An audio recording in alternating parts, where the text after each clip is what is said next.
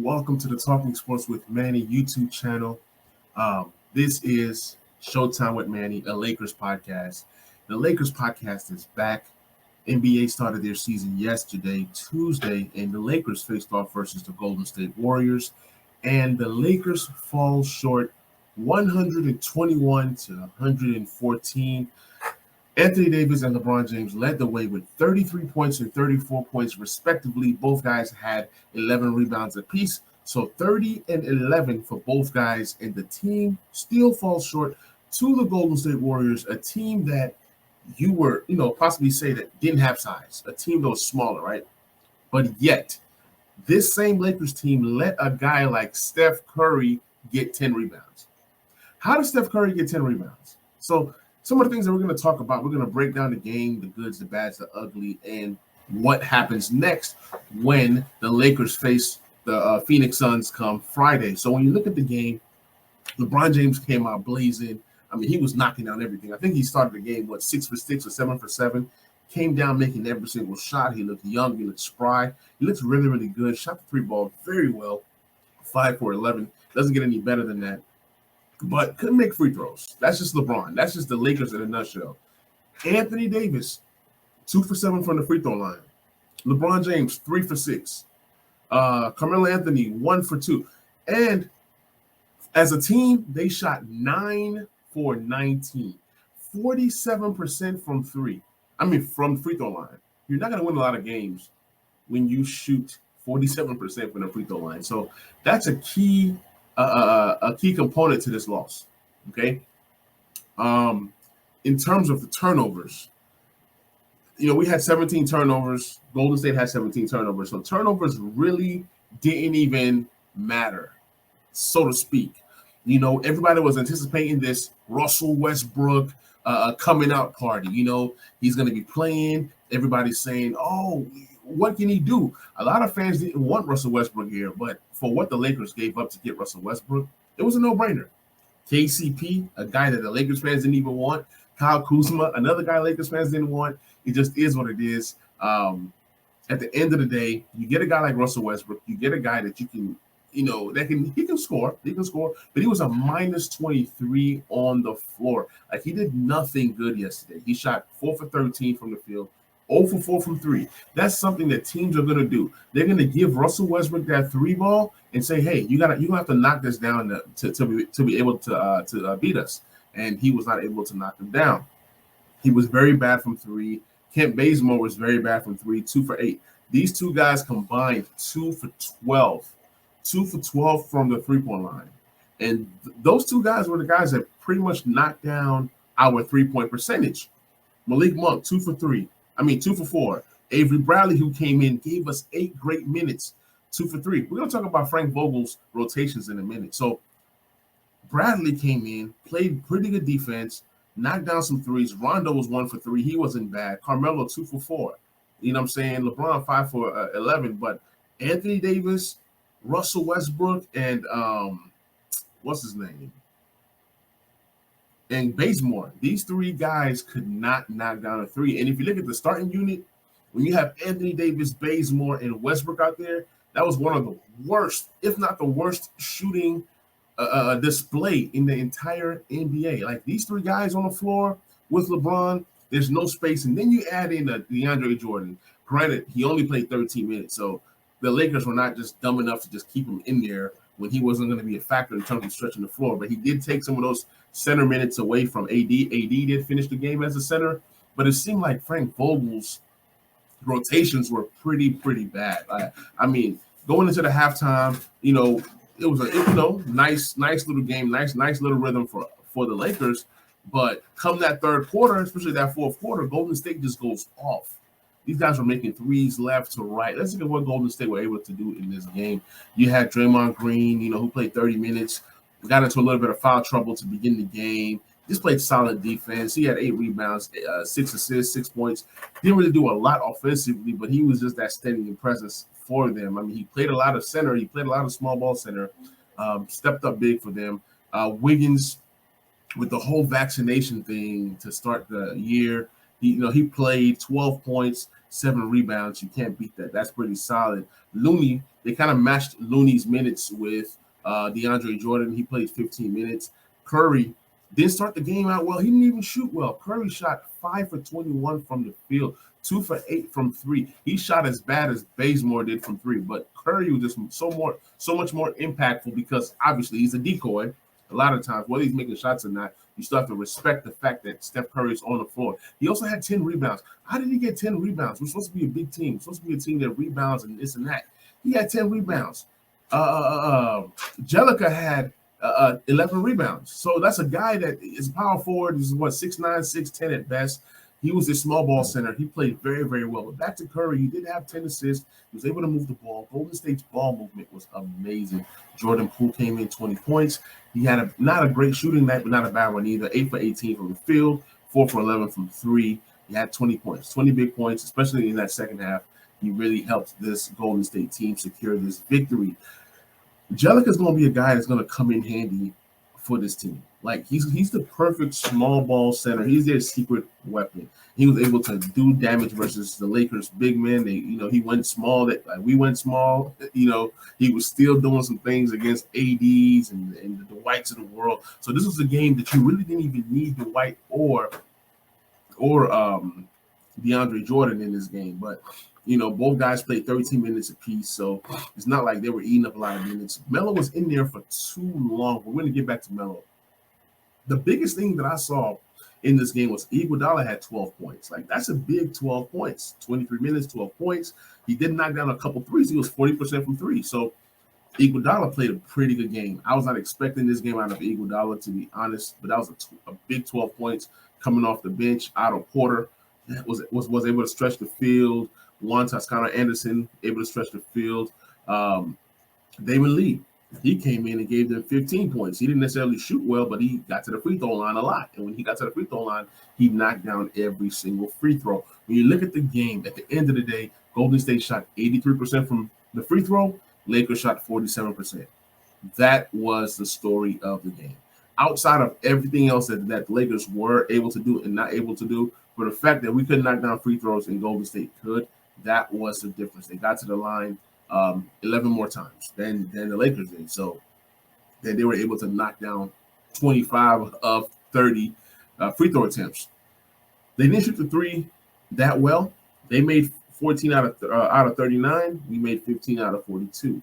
Both shot 35%. So it wasn't really the shooting. In terms of like overall shooting, Lakers shot 47%. Golden State shot 44%. At the end of the day, like I told you, shooting was not the problem. 3-point shooting was not the problem necessarily. Even though we couldn't knock them down, it still wasn't a problem. The problem was free throws. We couldn't get to the line as much as Golden State did, and we definitely didn't knock down free throws. And that's the difference. That's the difference of the game. When you come to the rebound advantage, we were supposed to have the big rebound advantage, and we didn't get rebounds like we thought we were going to get. These guys got 50 rebounds to the Lakers 45, so plus 5 rebounds for Golden State. In terms of assists, they were able to move the ball. There were times when they were moving the ball side to side to side to side to side, and the Lakers could not keep up with that. Golden State had a lot of good shots, Had they made 40% of their threes, this game is a complete blowout. I promise you. Had Curry had a better shooting night than 5 out of 20, 21, this game was not even close. We're not even talking about, it was a good, no. Lakers fans would have been mad. Lakers fans would have been pissed.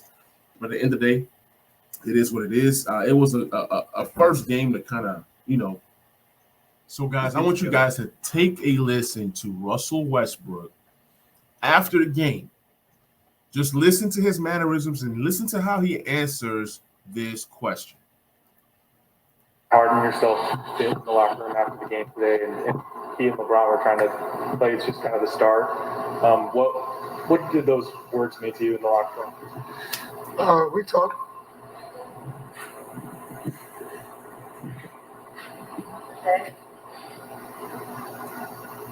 Russ, what was the overall experience?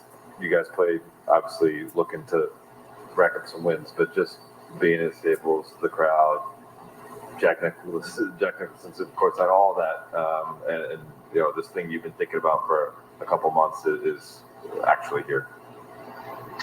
Honestly, I wasn't paying much mind, to be honest. Yeah. Just along those lines, is there anything you could share about your day coming here and kind of preparing for the first time? I mean, obviously the result is what it is, but I mean, it's just kind of presumably a special experience for you to finally have this moment. Nothing different than a normal game day, but just happen to be at home.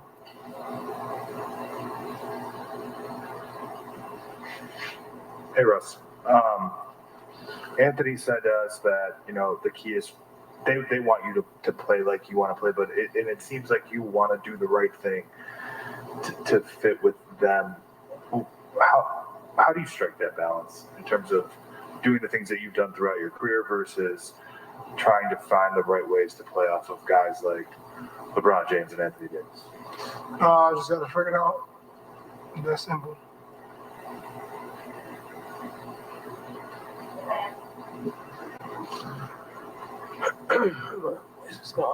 Russ, do you pull anything out of this one in terms of just seeing the floor in real time with these guys in a real game and trying to chip away at this thing? I mean, LeBron talked the other day about the need to be patient.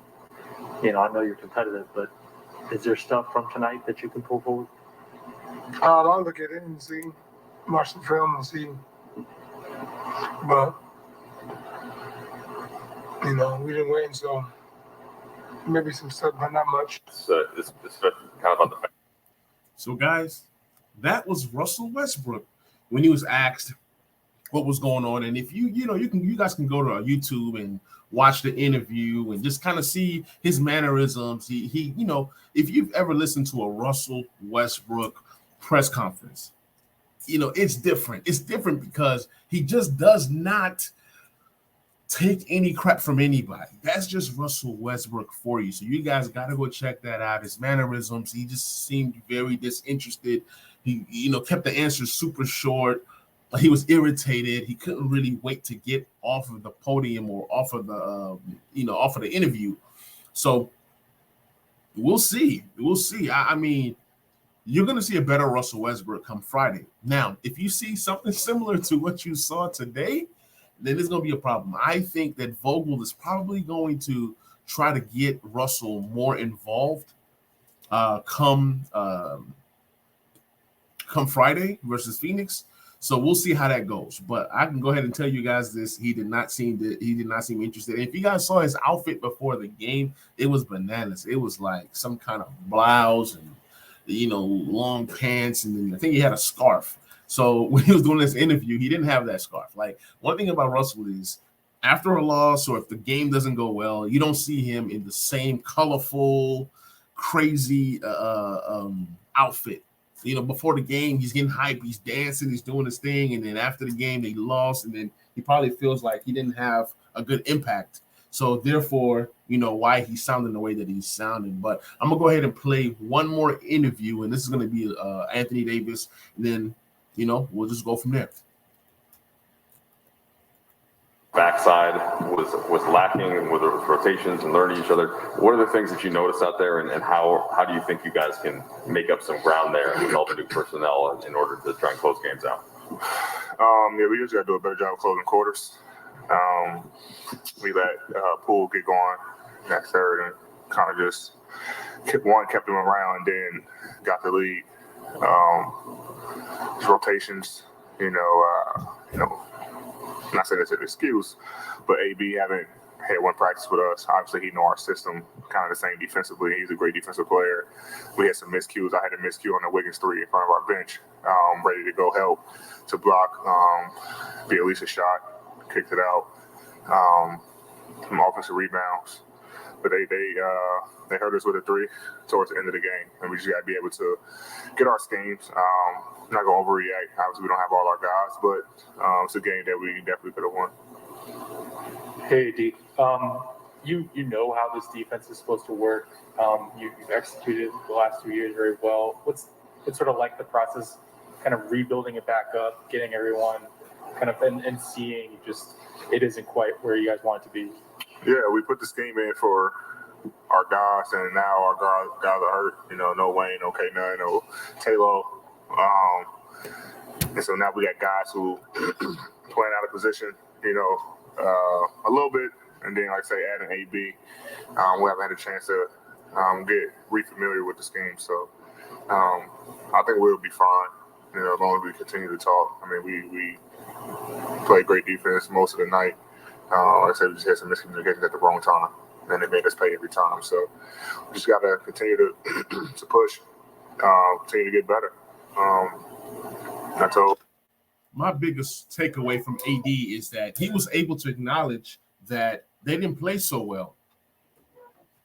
AD was also able to acknowledge that, with the schemes and everything, there are things that they're trying to sharpen up on. And I like that out of a leader, to admit to the mistakes, to admit to what things can be done to make the game better.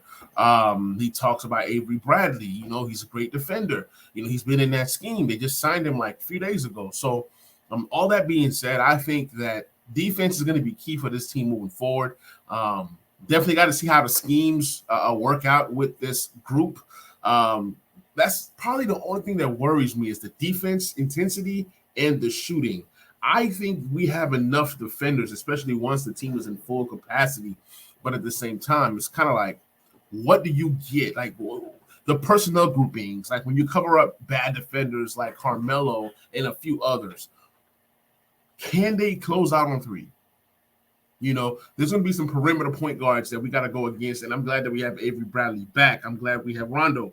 We have some guys that can defend some of the better point guards in the league. But at the same time, can you close out on three? So there's different things that we're going to be able to do defensively, and I'm going to be watching that very closely come Friday versus the Phoenix Suns, just because they have a lot of three-point shooters, and then Chris Paul is a magician with the ball in his hands. So we'll definitely see what happens. End of the day, Russell, 35 minutes, 4 for 13 from the field, 5 rebounds, 4 assists, 4 turnovers. The assist to turnovers ratio was horrible. Like I said, minus 23 from the field. He just couldn't get anything done.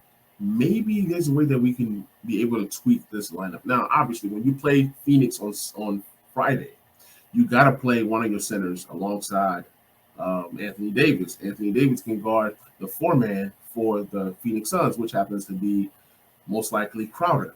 So that works out there. Not only that, you can play a guy like Carmelo Anthony more if he's guarding a guy like Crowder. So it's all about matchups. When you have these shooters that just stand there and shoot, you can have a guy like Carmelo Anthony guard those guys effectively.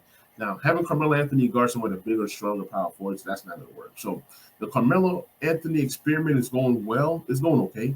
I won't say it's great, but it's going okay. It's a guy who can come off the bench, give us some buckets. He was -5 overall, but I don't really too much care about the plus minuses. But Melo was nice off the bench. Rondo played 20 minutes. There were times when Rondo and Westbrook were out on the floor at the same time, and I did not like it. I don't like what Vogel is doing in terms of pairing the guards together. Maybe you pair a guy like Rondo and Monk together, and then maybe you bring in a Monk in for Westbrook. When I don't know, you just got to figure it out. You cannot have Westbrook and Rondo out on the floor at the same time. One thing I can say about Rondo is he led the team tied for 5 assists. Rondo made the correct plays. He did have 3 turnovers, but it's not the same as what Westbrook was able to do. So I do like Rondo, but maybe you limit Rondo's minutes from 20 minutes to maybe 13 or 14 minutes. Then you give some of these minutes to Avery Bradley, who showed that, hey, he can knock down a 3, who can, pick up a guy 90 feet and defend. So I definitely want to see a lot more of Avery Bradley. That's definitely something that we can definitely add on to, or something that we can definitely, consider doing moving forward. I definitely do like Avery Bradley. That is a fact. He needs more minutes. And, you can argue that you can start Avery Bradley alongside Bazemore, or when you go small, you can have a Westbrook, Bradley, Bazemore, LeBron, AD. That's possibly their best fourth quarter lineup at the end of the game when you need every hand on deck. You need guys that can knock down threes, then you need guys that can defend as well. Also, Westbrook did not deserve to be in the game in the fourth quarter. Like when the game was 4 minutes or 5 minutes left, Westbrook should have never came in the game. But see, Vogel, his hands are tied because you're bringing in a big money guy, a future Hall of Famer, a superstar or a star in this league by what some people's standards will say. But at the end of the day, why didn't Vogel go ahead and bench a Westbrook? He should have benched him. Westbrook should not have played in that game. He wasn't looking good at all. But because he's Westbrook and because Vogel is trying to get him acclimated to the team and do all this stuff, Westbrook did not deserve to be in that game. He did not deserve to be in that game. He was not playing well. He couldn't score. He couldn't defend. He did have some offensive rebounds, like I think it was like one tip out.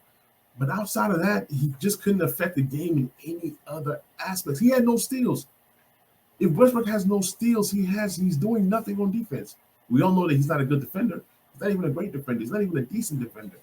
But at the end of the day, they just couldn't figure out what they wanted to do. Maybe in the fourth quarter, you go with LeBron as the point and have Avery Bradley at the two guard position.